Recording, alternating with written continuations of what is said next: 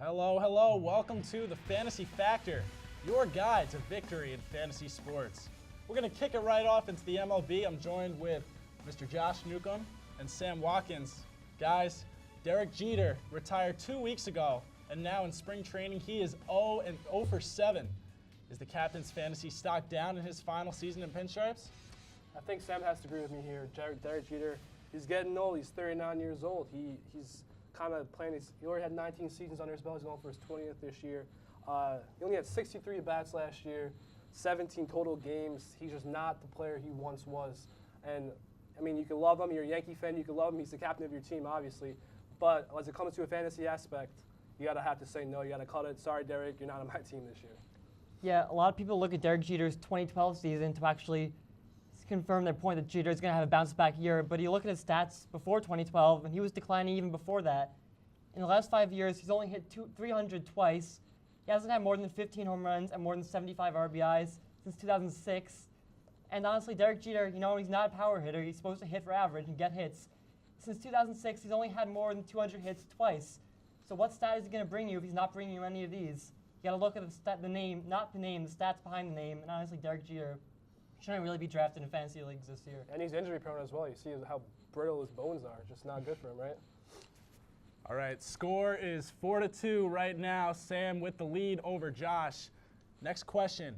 Russell Wilson practiced with the Texas Rangers in spring training, and Ian Kinsler said that the Rangers that he hopes that they go 0-162. Is anyone on the Rangers a fantasy factor, guys? Well, there are plenty of fantasy factors on the Rangers. I think they have one of the deepest teams in the league. As far as hitting, Shin-Soo Choo is a great guy for on-base percentage, provides above-average home runs and above-average power. But the guy I'm going to talk about is Adrian Beltre. Over the last 3 seasons, he's averaging a .315 batting average with 30 home runs and 103 RBIs. And last year, he had even more than that. He batted .315. And for the guy later in his career to put up these kind of numbers with such consistency, I think it's absolutely amazing. And consistency is one of the stats you got to look for when drafting guys this year. Well, first off, I got to hate the media strum all over Russell Wilson. He's a great quarterback. He brought the Seahawks to the Super Bowl, but all this media coverage kind of overblowing there. But when you look at the Rangers as a team as a whole, they're playing very well. They have just signed Prince Fielder in offseason, one of the biggest offseason acquisitions. Very surprised that he moved from the Detroit Tigers. And he's going to put up some really good numbers. He only batted .280 last year, yeah. But this year, I expect him to hit over 30 home runs. Continue in that lineup. You have Elvis Andrus as well. He's a very good shortstop. Looking mid to late rounds, Elvis Andrus for sure. Well, I got to object on that. Elvis Andrus may be a good shortstop, but all he really does is steal bases. He hit just north of 250 last year, and a guy isn't supplying the power. There are many other options for shortstop that are going to steal a decent number of bases that aren't going to hit 250 like Andrus has been doing. But his stolen bases have consistently gone up as each year has gone. Last year, I think he had 41 stolen bases. He did hit for good average, all around a great player, I have to say. He is a great player, but the verdict's still out on Andrus, if you ask me. All right, guys, the score is 8-5 in favor of Sam right now. Now we're going to take a look over at our green screen with our very own Jordan Dietrich. Jordan, what do you got for us? Well, guys, for my fantasy steal, I'm going with a guy who hit .298, 24 home runs, and 84 RBIs. He got a fat 3-year, $45 million contract at age 36. Part of the Killer Bee squad back in the 2000s, my man, the Carlos Beltran. Carlos Beltran has projected in 2014 to hit lower home runs and lower RBIs, but who knows? Could this guy really do it in New York? I think he will be. The guy is flat out playing great baseball at an old age, and he's ranked right now 93rd in ESPN's fantasy big board. But can he hit the short porch? Can he hit over that short porch in the Bronx? I hope he can. But I'm predicting Carlos Beltran, 308, 32 home runs, and 98 RBIs. Guys, how do you feel about that? Let's get some thoughts on that one. I mean, Carlos Beltran is a great player. There's no doubt about it. Looking at him in the Mets uniform, I'm a big Mets fan. He played really well. I mean, we look at the Game 7 strikeout in the National League Championship Series, heartbreaker. But that short porch, as he was saying in right field, is going to really help him next year. Yeah, 36 years old. He's not too old. We've seen him put up fantastic numbers with the Cardinals the last few years. And as you said, the short porch. Beltran had some injury issues with the Mets, but in my opinion, he's playing the best baseball of his career at the ripe age of 36 now. And going to Yankee Stadium, one of the most hitter-friendly ballparks in baseball. I'm expecting big numbers from Beltran, and I honestly think he's a little too ranked too low, if you ask me. All right, we had a point right there for Sam. Now, what about Yasiel Puig at number 28 in the draft stock, along with Will Myers at number 80? What are your thoughts on these guys? Are they too highly ranked, too underranked? Let's get some thoughts. I think Yasiel Puig, I think he's ranked right there, about there. He's number 25. If you take a number 25, a little below that in your draft, I think that's a good choice. The guy is terrific. Cuban from last year, he had an amazing year. We remember that breakout month he had last year where he hit all those home runs, had a 426 batting average, and he came out and had a really good year. He only played in 104 games, and he kind of got used to the pitching going on in the National League. He played really well into the playoffs as well. You know, as long as he keeps the car tickets down, the speeding tickets, then hopefully maybe he'll be a good ball player. Sam. Yeah, Yasiel Puig, we know he's a great player, but his attitude has always been an issue. And coming into camp this year, having reports that he's really out of shape, he's put on a lot of weight. So if a guy with bad attitude is putting on weight, it's kind of a telltale sign that maybe he's going to have a down year. And Yasiel Puig, he's a very aggressive player. That allows him to get hurt in the outfield. So number 28, I think that's going to be a little too high for Yasiel Puig, and a guy who's only played not even a full season at the major league level. All right, so that is going to add on 2 for both of you guys right now. And now we're going to jump ahead to a question of Joe Mauer's fantasy value, whether it rises, falls, or stays the same, being that he is making the big move over to first base. Well, obviously for his health, it's a great move from Mauer, but I think his fantasy value is actually going to decline. There's so many great first basemen. You look at guys like Miguel Cabrera moving back to first base. You know, Albert Pujols is still a great guy. I mean, Prince Fielder. I mean, as a catcher, there are so few great offensive hitting catchers, and Joe Mauer was one of the top ones. But now moving to first base, he doesn't have the eye-popping stats. He'll have a good batting average, but hasn't hit over 20 home runs since his MVP season in 2009. So I think he's going to get lost in the shuffle, and moving to first base actually hurts him more than helping him. I'm not to disagree with you right there, Sam. Joe Mauer is a terrific player. Interesting stat, he's batting .323 through his career right now, one of the highest, actually the highest among current players. He's a terrific guy. He had off about every Sunday, about a game a week, just because of the catching role. We can't forget that he had a concussion in August that ended his year behind the plate as well. And now this year, the move to first base, I think it's a terrific move on their part. He's getting a lot more playing time, a lot more bats. He's a hitter. He's going to score some runs in, and I can't be happier. And we have to also forget, in ESPN leagues, he is going to be a catcher still, so you could put him in the catcher slot as well. That's a good point. All right, so that is going to finalize our score for today. It's going to be Sam taking it in the MLB segment, 12-11. So, gentlemen, great round. Sam, you're going to appear later on, maybe, depending on the score of our other segments. But that's going to do it for right now with Major League Baseball Fantasy. When we come back, we're going to take a jump into the NHL. You're not going to want to miss what's to come here on the Fantasy Factor.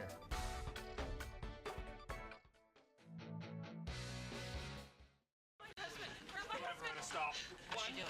She was a passenger. Or was deboning on the passenger side. We just had some wine. I wasn't even drunk, I was just buzzed. What? You were just buzzed. Well, so you didn't tell us that. In that case, she's just fine. Yeah, I'm fine. Really? Nah, not really. Buzz driving. Maybe we should stop acting like it's no big deal.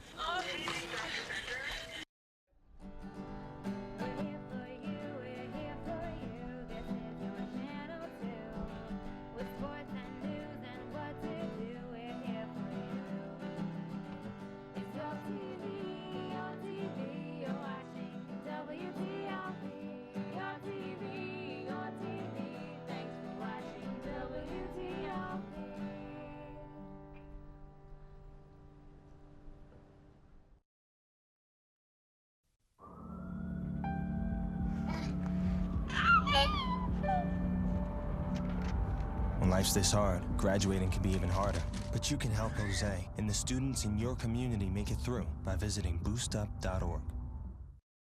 Every night before the show, me and the guys, we like to loosen up a little bit. Blue, 42, hike! Every now and then, Dan likes to take it a little too far.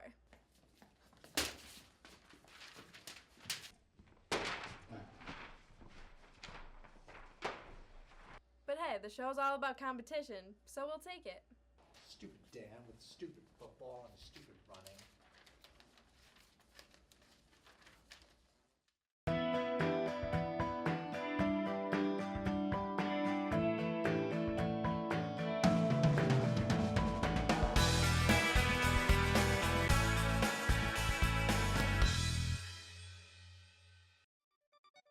back to the Fantasy Factor here on WTOP 10.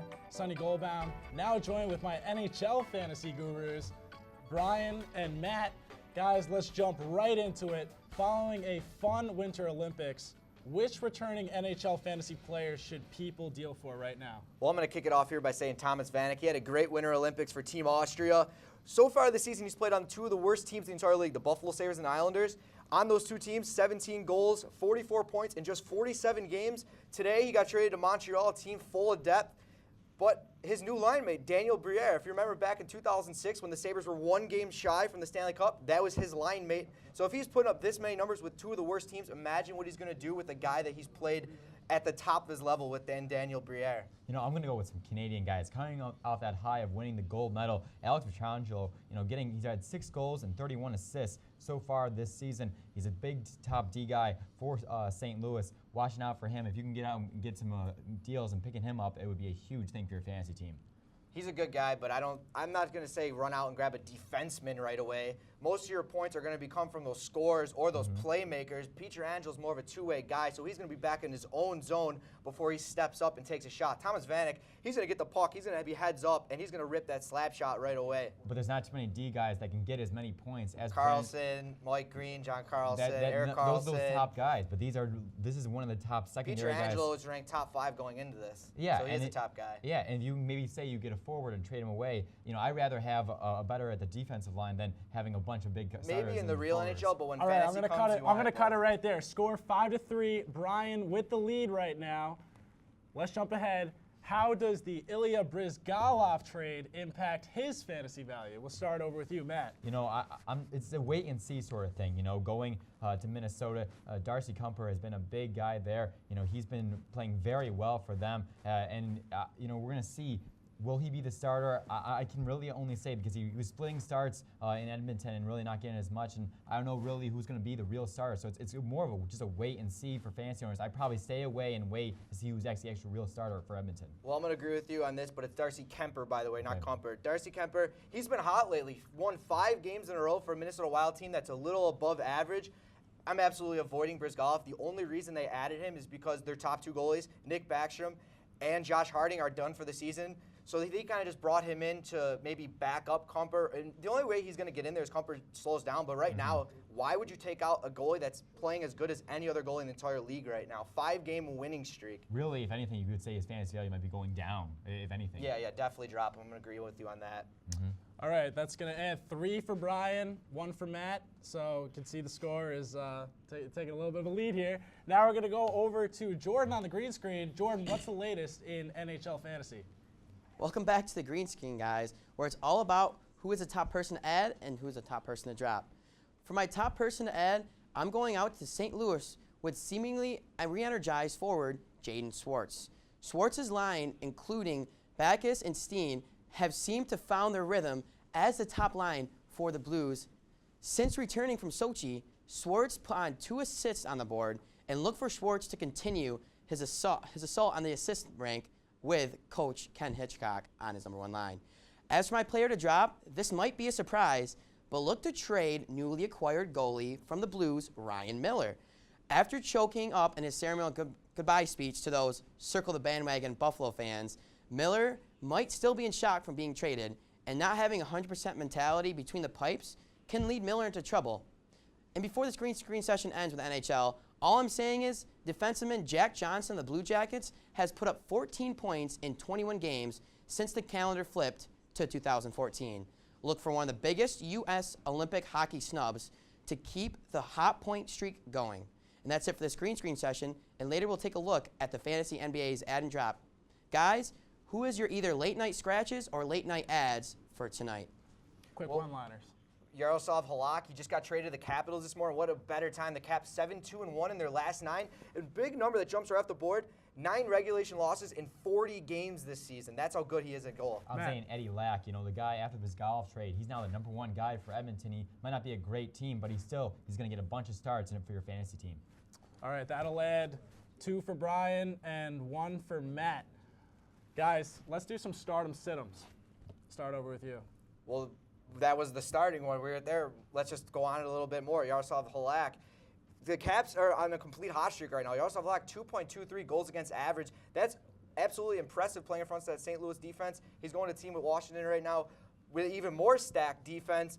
And he's having a tough week right now. He's been traded twice, but it looks like he's going to fit in and start tomorrow night at Boston Bruins. Another guy to start for me is Matt Molson, now going to Minnesota, an actual team running for the playoffs. You know, he played pretty well for the Sabres, and now I see his numbers piling up more and more.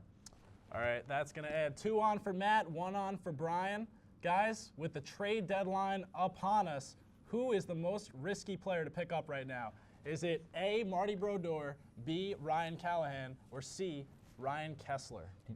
Go ahead, Brian. There you go.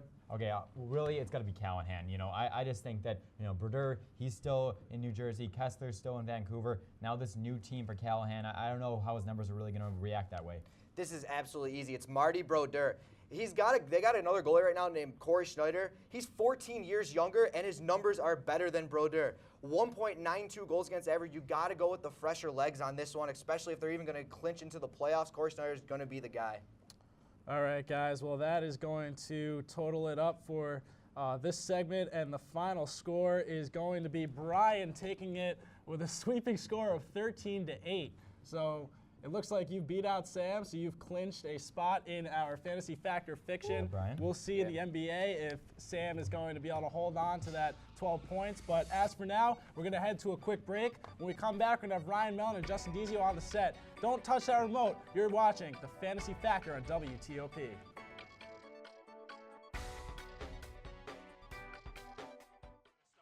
What's she doing?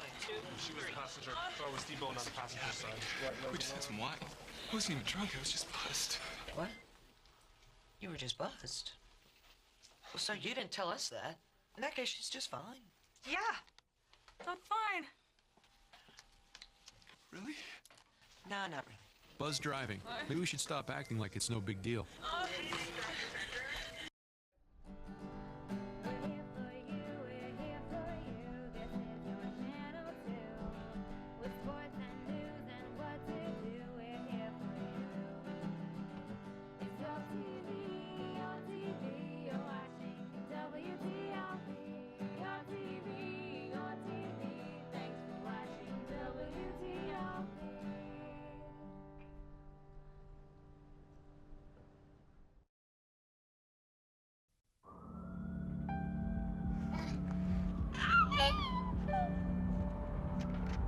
When life's this hard, graduating can be even harder. But you can help Jose and the students in your community make it through by visiting boostup.org.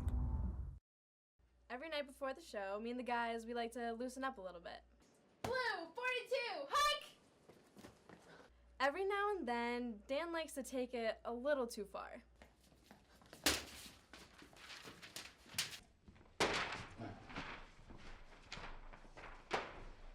But hey, the show's all about competition, so we'll take it. Stupid Dan with stupid football and stupid running.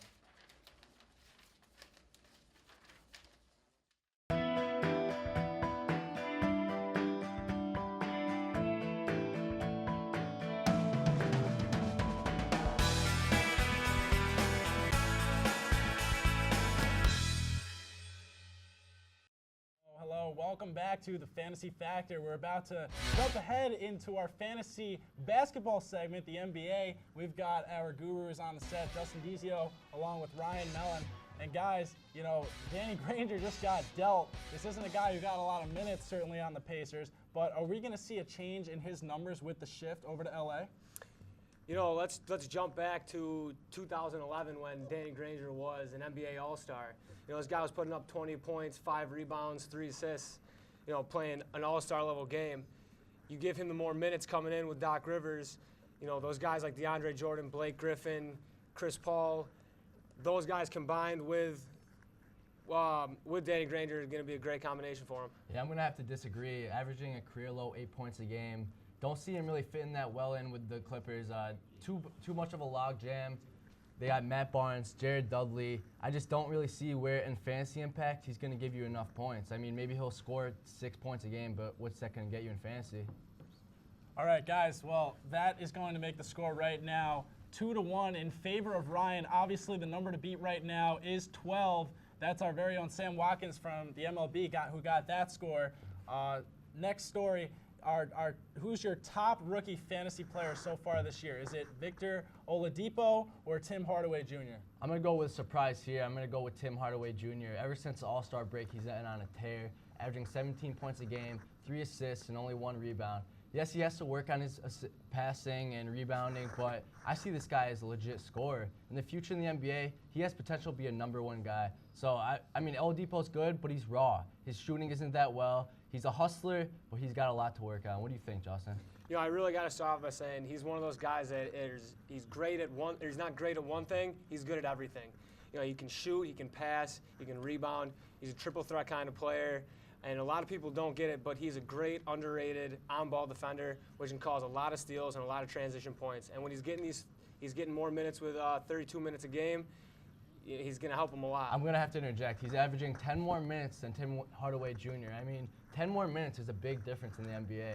So you could see his numbers averaging up to 5 more points a game. So 10 more minutes is a big deal. You know, I'll give you the 10 points, but I just got to give him more overall credit.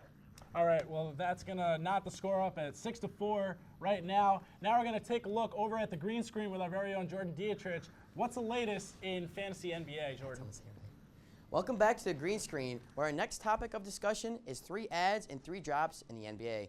For my 3 guys to add, definitely pick up Lakers shooting guard Kent Bazemore if he is still available. Bazemore producing numbers and getting more minutes and put 23 points on the board last game against the Pelicans. My other 2 guys, add Bucks shooting forward Ersan Ilyasov and shooting guard Jazz Alex Burks. Both men are getting more playing time, and Ilyasova dropped 31 points against the Jazz last game. For my 3 drops, Pelicans point guard Drew Holiday, Wizards center Nene, and Rockets point guard Jeremy Lin. For Holiday and Nene, injuries are making fantasy owners very upset. But for my man Jeremy Lin, the guy needs to get back in touch with his Linsanity ways with the Knicks. Lin has scored less than 10 points out of his last 7 games, and that one game that he did score over 10 points, it was only 11 points. So that's it this week's for Fantasies, NBA's add and drop. Now, guys, who are you guys starting in? Who should start and who should sit for today? All right, so you heard the question. Who do you got? I'm going to start Patrick Beverley today. He's got a game in Orlando. Jeremy Lin's out injured. He's a great pickup. He had a great game against Miami yesterday. I'm going to go with Enes Kanter. He's been averaging a double-double the past 4 games. Just love the way he's looking. He's getting a lot more playing time. Not a great team, and fantasy-wise, that's better because you're going to get a lot of garbage time. Ryan, bringing the great stats. That's going to add on 2 for him, 1 for Justin. All right, how about we get some sits? What do you got? I gotta sit Kevin Garnett to start. He's got reoccurring back spasms. He's not listed to start tonight. You know, Miles Plumlee's going to be in the game for the most part. I'm going to go with Andre Iguodala. He's injured. He's playing a little bit at a time. He's not playing even 25 minutes a game. Just don't really see where he's going to get you enough points. Sit him for now. Don't drop him. Definitely don't drop that guy. All right, that's going to add a point for Ryan right now. One more final story. The Knicks have lost 7 games straight. So, guys, I got to ask, what is the future of Carmelo Anthony's fantasy value? From a fantasy standpoint, it's been amazing. He's racking up 28, 8 rebounds a game. I think for Knicks fans, it's terrible, but fantasy-wise, this guy is a strong player. You know, it's hard to disagree with you. Melo really is having a great fantasy career or fantasy season so far, and you know his draft stock's only increasing more and more. He is having a career year in rebounding with 8.5 a game, so you know that's great. But I'd have to watch for when they get eliminated from the playoffs, whether that slips down or not. Yeah, definitely. All right, guys, that's going to total it for the day. So it looks like Sam will be our man in the Fantasy Factor Fiction round. Final score today, Ryan Mellon with 10 points, JD with 6. All right, well, we're going to head to a quick break, but when we come back, Fantasy Factor Fiction is going to be at this table. You're not going to want to miss what's to come here on the Fantasy Factor WTOP 10.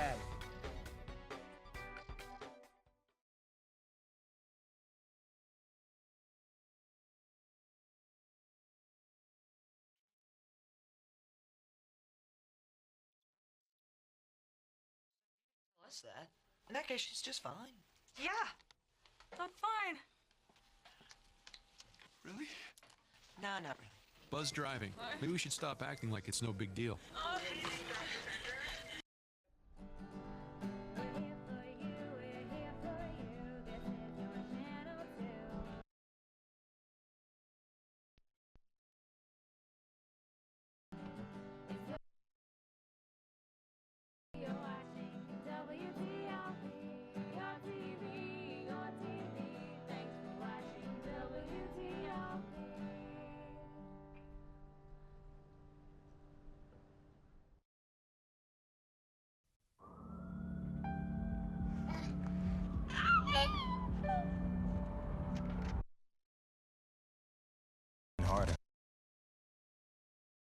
your community make it through by visiting boostup.org. Every night before the show, me and the guys, we like to loosen up a little bit. Blue, 42, hike! Every now and then, Dan likes to take it a little too far.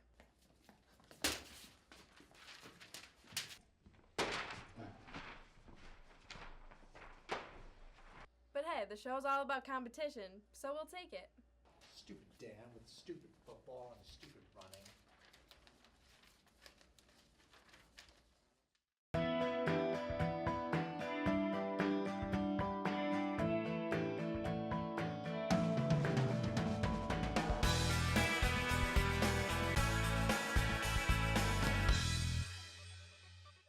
Back to the Fantasy Factor. Now it's sudden death mode. We've got Brian Michael back on the set along with Sam Watkins. We're jumping right ahead into our Fantasy Factor fiction. It's real quick. Guys, we're going to start off. Masahiro Tanaka is the real deal. Well, spring training was for players like this that want to go out there and show what they got, and so far he's been amazing.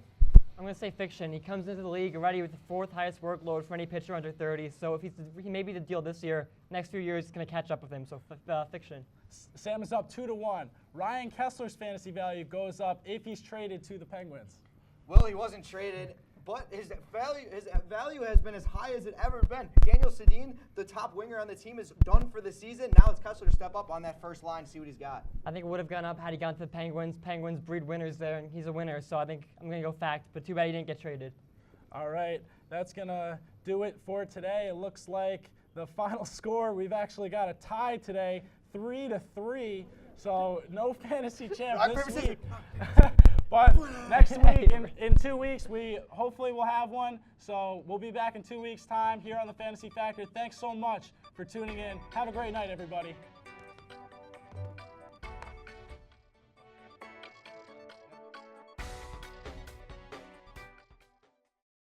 Stop. What's she doing? We just had some wine. I wasn't even drunk, I was just buzzed. What? You were just buzzed. Well, so you didn't tell us that. In that case, she's just fine. Yeah. That's fine. Really? Nah, not really. Buzz driving. Maybe we should stop acting like it's no big deal.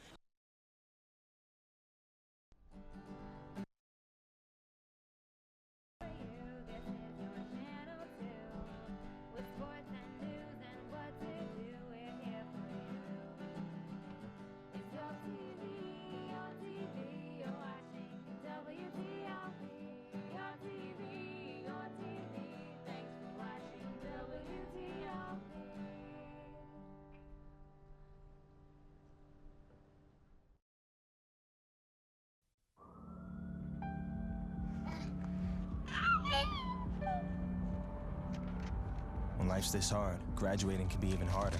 But you can help Jose and the students in your community make it through by visiting boostup.org.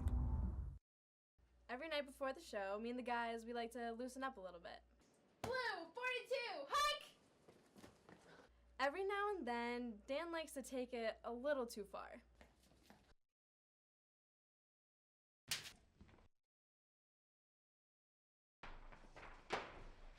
But hey, the show's all about competition, so we'll take it. Stupid Dan with stupid football.